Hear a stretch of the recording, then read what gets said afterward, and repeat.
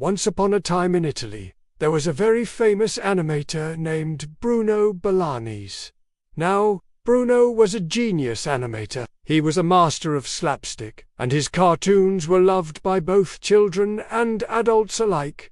But Bruno had a big problem. You see, Bruno's cartoons were always being stolen by this guy named Massimo would steal Bruno's cartoons, and then he would either sell them to other companies, or he would just upload them for free online. This meant that Bruno was getting paid for his hard work, and it was really starting to make him sick. One day, Bruno had enough. He decided that he was going to create the ultimate cartoon, a cartoon so disgusting and horrible that even Massimo wouldn't want to steal it. So Bruno locked himself in his room for 2 years. He didn't eat, he didn't sleep. All he did was work on his magnum opus. When he finally finished, he called it Bombardino Crocodilo takes on Tung Tung Tung Sahur.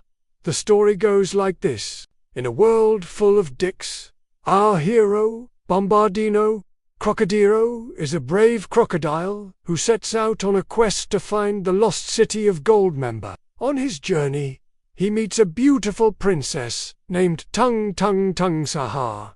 She becomes his lover, and together they have a son named Bambino. But one day, Tung Tung Tung Sahur is kidnapped by an evil wizard, so Bombardino sets off on a mission to rescue her. Along the way, he fights giant rats, escapes a hungry lion, and defeats the evil wizard. Finally, he is reunited with his son, and they all live happily ever after. And now, you're probably asking yourself, what does this have to do with Well, nothing. See, Bruno didn't make this cartoon for Massimo or for anyone else. He made it for himself. It was his dream project, the thing that he wanted to create more than anything else in the world. And he didn't care if people liked it or not. He didn't care if they thought it was stupid. He didn't care if they thought it was insane. This was his art, and he was proud of it. When Massimo saw the cartoon, he wasn't quite sure what to do. It was unlike anything he had ever seen before. It was so bizarre and surreal that he couldn't even figure out how to sell it. In the end, he just gave up and uploaded it for free online.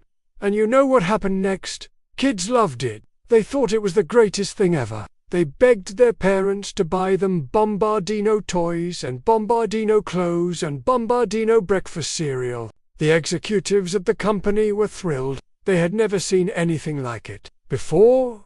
They had no idea that there was such a demand for this kind of animation, but they were quick learners.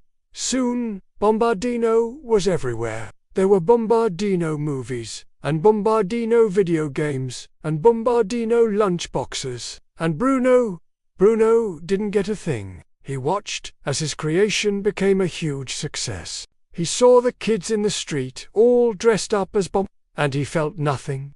He felt no joy, no pride, no satisfaction. All he felt was anger. One day, Bruno decided that he was going to do something about it. He marched into the company and demanded that they give him his credit. At first, they tried to ignore him, but then they started laughing. They laughed at him. They told him that he was crazy, and that he should just go home and make more cartoons. Bruno didn't take this well. He threw a tantrum, and the executives had him arrested for trespassing. From that day forward, Bruno never worked in animation again. He spent the rest of his life bitter and alone, which is really sad. Because if he had just been given credit for his work, he might have become one of the most successful animators of all time. Instead, he's just a footnote in the history of animation, a cautionary tale of what happens when you try to fight City Hall, or,